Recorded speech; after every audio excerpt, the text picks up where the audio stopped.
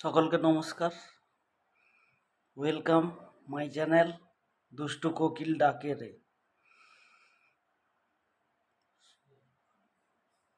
সকলকে জানাই শীতকালীন শুভেচ্ছা। যাতে খুব বেশি করে ঠান্ডা পড়ে, আর ঠান্ডাতে সকলেই জিএসটিটা ব্যবহার করবেন।